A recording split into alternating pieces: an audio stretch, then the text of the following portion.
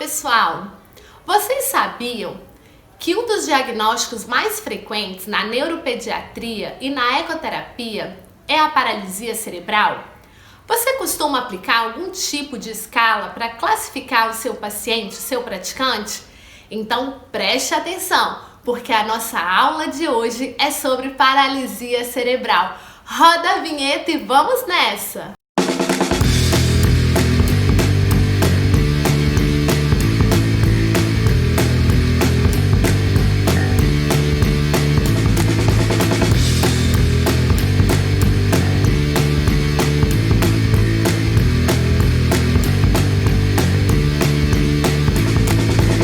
Então falaremos hoje sobre paralisia cerebral. O que abordaremos? Sobre o conceito, o quadro clínico, as principais características, quais são os fatores etiológicos, as principais causas da paralisia cerebral, os dados epidemiológicos e alguns tipos de classificações. Apesar do termo mais correto, mais apropriado ser encefalopatia crônica não progressiva da infância, ainda assim o termo paralisia cerebral, PC, tem sido os termos mais utilizados. Acredito eu que até pela facilidade no termo, PC. Mas o que caracteriza? Então ela é caracterizada por uma desordem de tônus, de postura e de movimento, em decorrência de uma lesão que aconteceu em um cérebro em desenvolvimento. Essa desordem, ela acontece tanto devido à lesão propriamente dita, que acontece nesse cérebro que está em desenvolvimento, quanto pela influência que essa lesão exerce na maturação neurológica. Então, vocês podem me perguntar, professora, mas como que eu vejo esse paciente? Qual é o comprometimento que ele tem? Então, como vocês podem observar nessa imagem, existem formas diferentes da gente observar esse paciente, a depender de onde foi a lesão, em qual a parte do córtex que aconteceu a lesão. Depende muito da extensão dessa lesão. Foi uma lesão extensa? Foi uma lesão pequena? Da gravidade, do tratamento instituído à época. Então, tudo isso são fatores considerados. Além disso, outros distúrbios associados são frequentes, nós vamos comentar sobre eles. Como é feito o diagnóstico? O diagnóstico, ele é fundamentalmente clínico, mas diretrizes internacionais sugerem que devem ser feitos tanto exames de neuroimagem quanto testes metabólicos, com a finalidade de se identificar a causa exata, assim como também eliminar possíveis outros diagnósticos. Acabamos de falar que as principais alterações na paralisia cerebral são desordens motoras, dificuldade em realizar um movimento, de manter uma determinada postura, mas sabemos que outros distúrbios podem estar associados, como distúrbios de sensação e de percepção. Você sabe qual a diferença entre sensação e percepção? Antes de me responder essa, pensa, como que o nosso cérebro reconhece os estímulos vindo do mundo exterior? Já parou para pensar sobre isso? É por meio dos nossos sentidos, sistema visual, auditivo, olfatório, gustativo e tátil. Então, a sensação é a capacidade de codificar os estímulos recebidos em impulsos elétricos, para que o nosso cérebro possa reconhecer aquele dado estímulo. E a percepção? A percepção entra como a capacidade de interpretar essa sensação, ou seja, associar informações sensoriais à nossa memória, à nossa cognição. E é assim que nós formamos os conceitos que nós temos do mundo e até mesmo de nós mesmos. Então, para dar um exemplo, para isso ficar mais fácil, é a gente pensar, é por meio da sensação que eu consigo captar um determinado barulho. mas é por meio da percepção que eu consigo saber se esse barulho é o som de uma chave caindo, um copo quebrando, a voz da minha mãe, a voz do meu pai. E para quem é da ecoterapia, vamos dar um exemplo melhor ainda. Toque, toque, toque, toque. É por meio do sistema auditivo, da minha sensação, que eu capto esse estímulo, mas é por meio da percepção que o meu coração acelera e eu penso, tem um cavalo vindo por aí, já começo a procurar. Então é muito comum crianças com paralisia cerebral terem esses tipos de distúrbios, né? Seja uma alteração visual, uma alteração auditiva. Uma outra coisa que pode acontecer é a epilepsia. Então, nós sabemos que o nosso cérebro se comunica por meio de impulsos elétricos. Então, pode acontecer de haver uma alteração da atividade elétrica, ou seja, sinais elétricos desorganizados. E aí eu vou ter uma crise convulsiva. Posso ter distúrbios de cognição, alterações cognitivas, desde um déficit intelectual leve a moderado, a grave. Podem existir distúrbios de comunicação. Isso pode acontecer tanto devido a uma fraqueza da musculatura orofacial, quanto por dificuldade no comando central também. Então, pode ser que a criança apresente uma disartria, uma apraxia e também distúrbios de comportamento. Claro que aqui estamos dando alguns exemplos. São vários tipos de desordem que podem acontecer simultaneamente. A paralisia cerebral, ela foi descrita em 1843 por William Little, que a descreveu como uma rigidez associada a contraturas em crianças que tinham uma lesão em um cérebro ainda em desenvolvimento. Ainda hoje, é considerada uma das causas mais comuns de incapacidade física na infância. A expectativa de vida dessas crianças vai depender muito do quadro clínico que ela apresenta, além das comorbidades que elas podem apresentar. Então, uma coisa que é bem preponderante, que pode repercutir numa condição cardiorrespiratória importante, são as pneumonias por aspiração. Então, muitas vezes, a criança tem essa fraqueza da musculatura orofacial, apresentando dificuldade na mastigação, na deglutição, e isso faz com que ela acabe broncoaspirando. Outro fator importante são os tratamentos que ela realiza ao longo da vida. Epidemiologia. O censo, os dados que a gente tem mundial para países desenvolvidos, é que a incidência é de 2 a 3 para cada 1.000 nascidos vivos.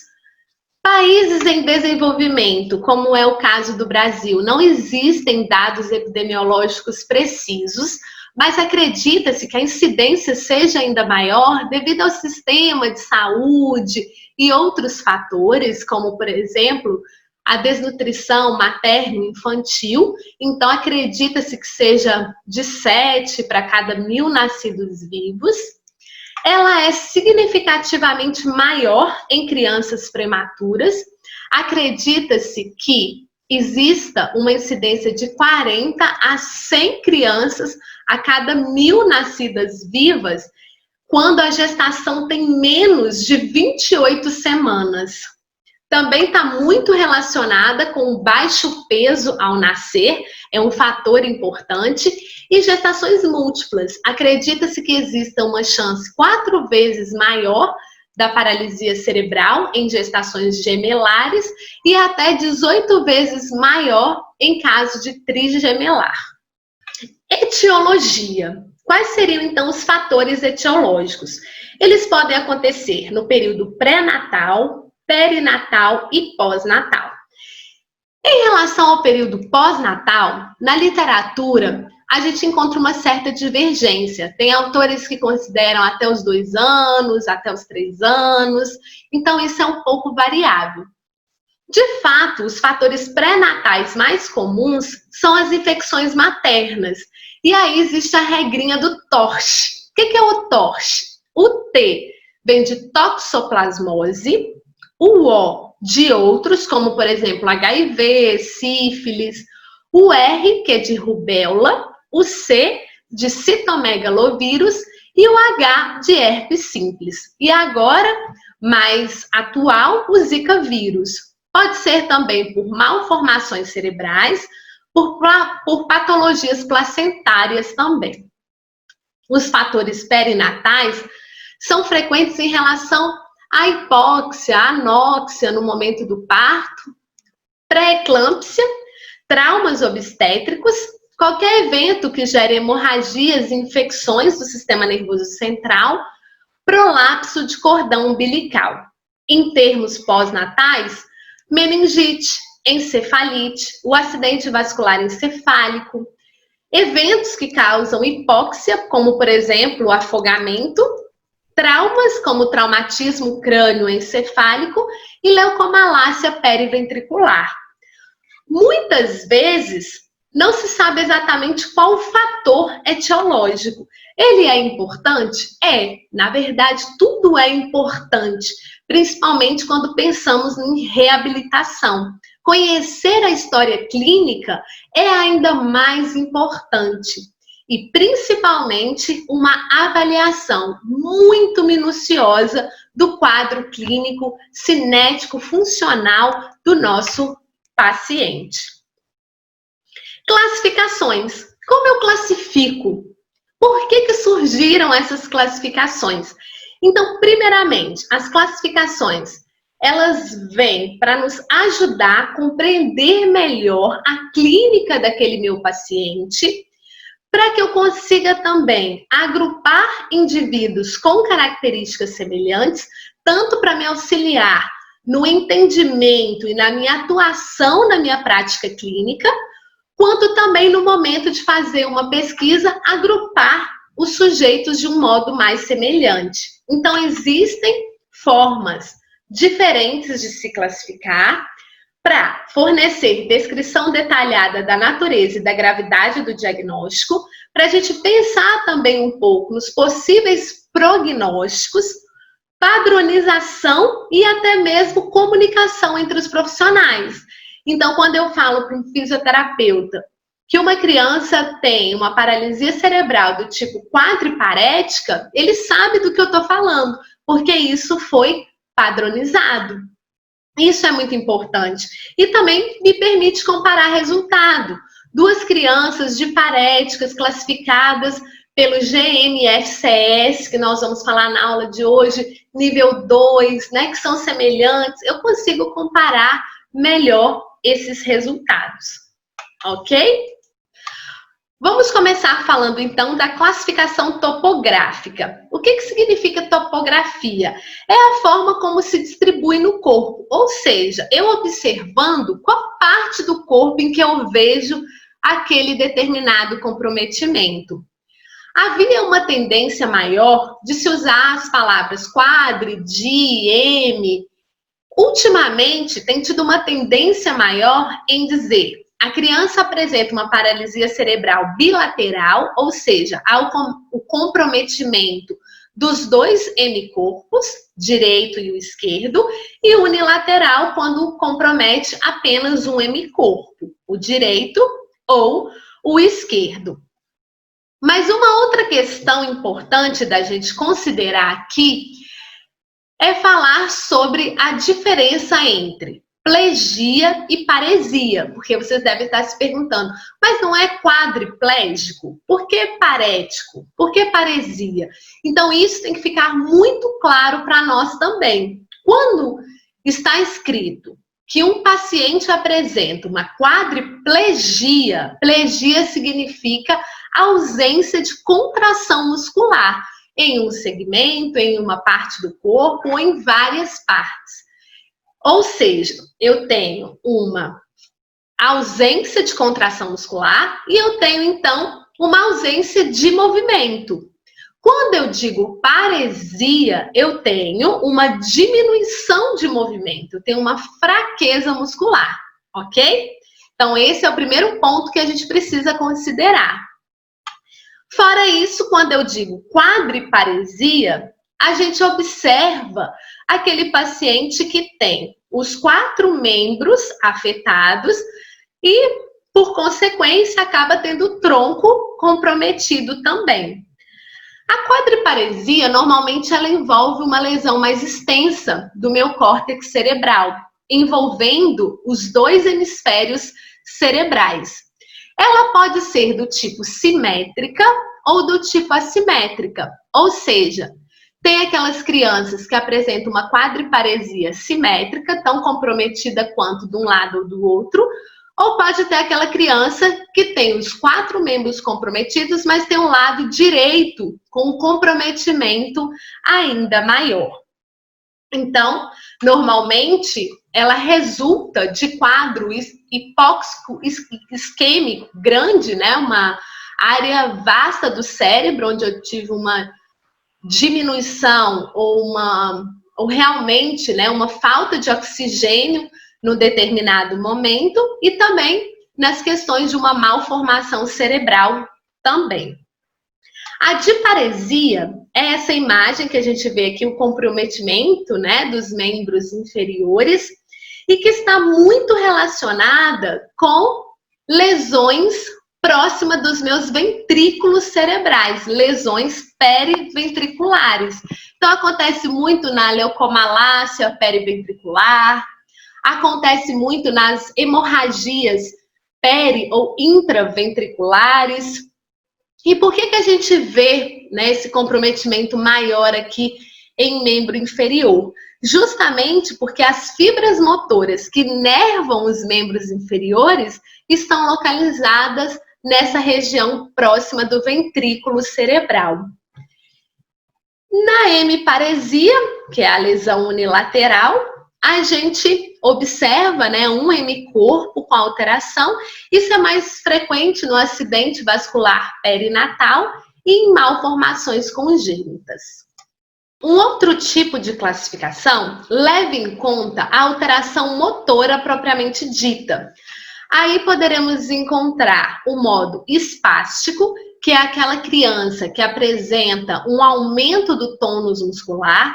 Teremos um momento para discutir sobre avaliação e comentaremos mais sobre tônus, mas devo lembrá-los que tônus é aquele estado de contração natural que o meu músculo tem, em repouso, em movimento, e quando eu tenho essa alteração, eu posso visualizar aquele paciente mais largadinho, que tem aquela hipotonia, ou aquele paciente que a gente vê mais num padrão espástico, né?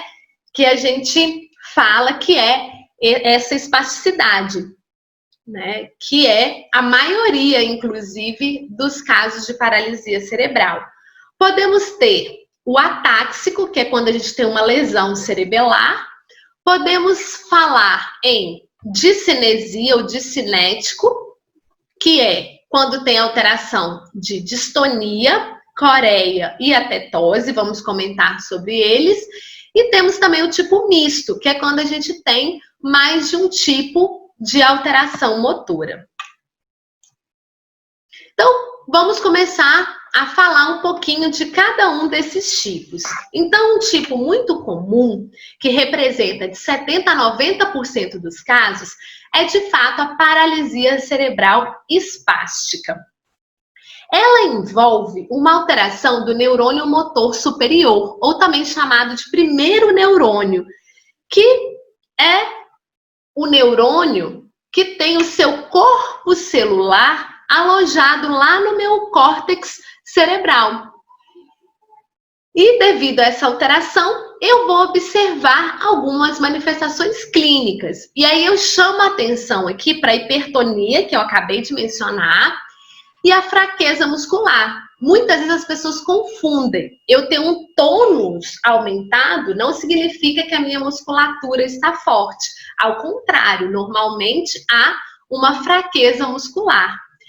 Existe aí uma característica importante, que são padrões anormais de ativação muscular. Então, quando eu vou pegar um copo d'água, por exemplo, enquanto um músculo está ativo, que eu chamo de agonista, o músculo contrário, chamado de antagonista, está relaxado. Então, é muito comum ter essa ativação muscular prejudicada. Eu gerar uma contração muscular do agonista com o antagonismo, a dificuldade na inervação recíproca. E isso gera também um controle motor seletivo ineficiente, ou seja, em uma dificuldade em realizar um movimento articular isolado. Vamos falar um pouquinho da paralisia cerebral cinética, que envolve lesão nos núcleos da base. Sempre que se falar em núcleos, vocês vão lembrar de mim. Vocês vão lembrar que núcleos são corpos de neurônios do sistema nervoso central, ok? E gânglios são corpos de neurônios do sistema nervoso periférico. Por isso, quando vocês virem livros gânglios da base, não está correto. O certo é núcleos da base. E o que são esses núcleos da base? São corpos de neurônios que estão no sistema nervoso central, aqui nessa área subcortical, que é o corpo estriado, globo pálido, mas também teremos uma aula sobre isso mais à frente. O que é importante vocês saberem? Que os núcleos da base, eles exercem funções muito importantes de controle de movimento, de planejamento de movimento. Ele envolve vias excitatórias, ou seja, a favor, e vias inibitórias contra o movimento. Contra o movimento, é isso mesmo. É isso que nos permite fazer um movimento de modo sincronizado. E é exatamente por isso que numa lesão de núcleo da base, aparecem os movimentos involuntários. Por que eles aparecem? Porque muitas vezes essa via que era para estar inibida, ela não está. E aí aparece os movimentos involuntários.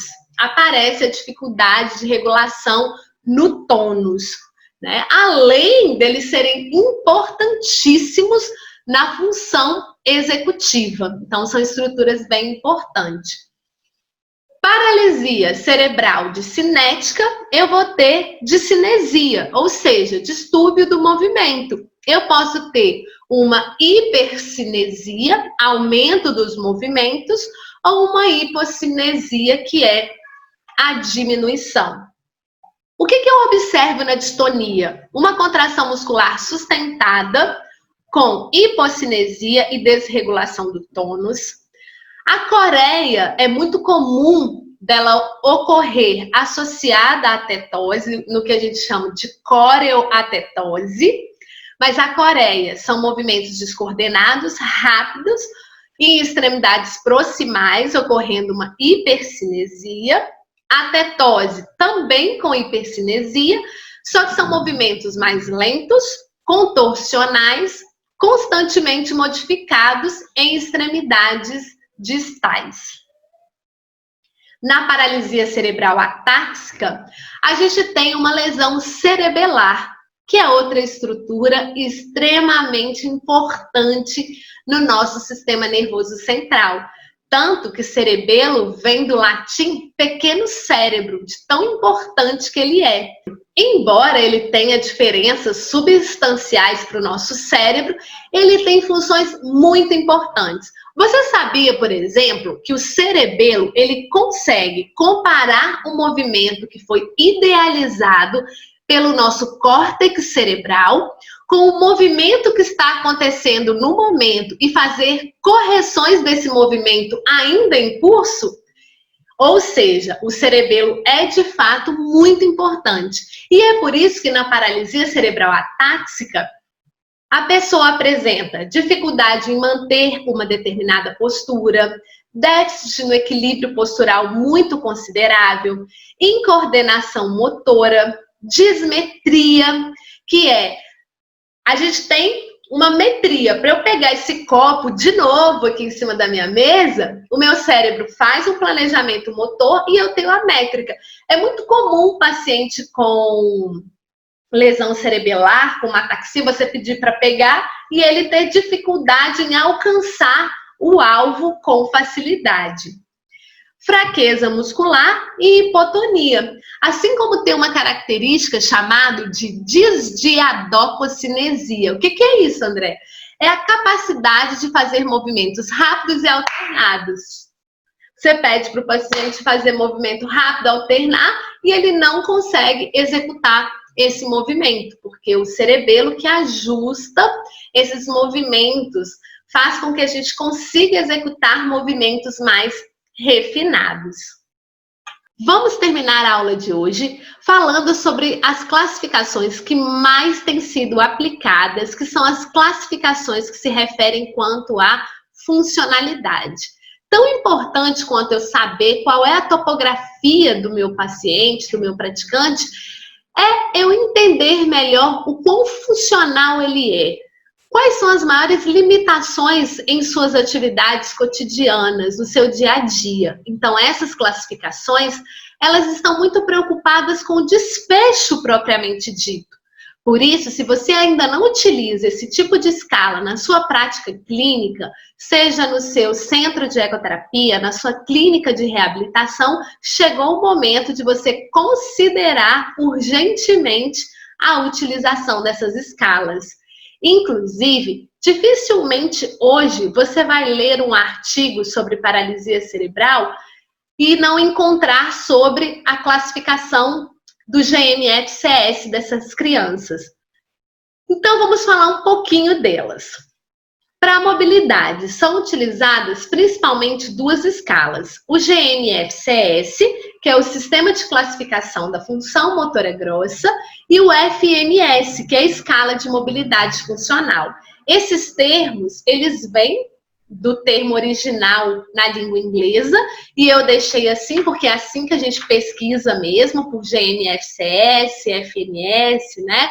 Ou seja, Gross Motor Function Classification System, mas não vou ficar falando os nomes, é só porque mesmo sendo traduzido para o português, e todas essas escalas não só foram traduzidas, mas como elas foram validadas para a população brasileira, ainda assim o termo acabou ficando em inglês, né? Então é o FMS, o MAX, que é uma escala que refere-se à habilidade manual, é o sistema de classificação da habilidade manual, e o CFCS, que é o sistema de classificação da função de comunicação. Aí você deve estar perguntando, e ela não vai explicar como é que se aplica? Vou sim, mas será o tema da nossa segunda aula de paralisia cerebral. Então, se você tem interesse em saber como que se aplica essas escalas, e já posso te adiantar que elas são de fácil aplicabilidade, assistam a nossa segunda aula, ok? Além disso, vamos abordar também, já vou dar um spoiler aqui, sobre outros tipos de testes de escalas funcionais que nós podemos utilizar para estar acompanhando a efetividade, a eficácia da nossa intervenção, ok? E para a gente finalizar, essas foram as principais referências utilizadas para essa aula de hoje. E para finalizarmos a aula de hoje, vou deixar uma última ideia trazida pela Fundação de Neurologia Infantil, que é uma frase que eu acredito muito, que eu utilizo muito na minha prática clínica. Diagnóstico não é destino. Muitas vezes, nós olhamos para o nosso paciente e enxergamos as limitações que eles têm. Mas mais do que isso, nós temos que enxergar, temos que focar nas potencialidades, nas capacidades que ele possui. E não esquecer nunca de pensar que nós temos que acreditar na sua capacidade de recuperação. E claro, muitas vezes fazemos tantas projeções para eles, não é mesmo? Mas temos que estar sempre atentos nas necessidades e vontades, nos desejos dos nossos pacientes e de seus familiares. Então, espero todos vocês na nossa aula 2 sobre testes e escalas funcionais para paralisia cerebral. Se essa aula foi importante para você, ela pode ser importante para alguém que você conheça, então não deixe de divulgar o nosso canal para que a gente consiga acessar o maior número de pessoas, de dar um like nesse vídeo. Ficou com alguma dúvida? Quer comentar alguma coisa? Deixe nos comentários pra gente e não deixe de ativar o sininho. Assim, quando qualquer outro vídeo for postado nesse canal, você será alertado. Até a próxima! Conto com vocês!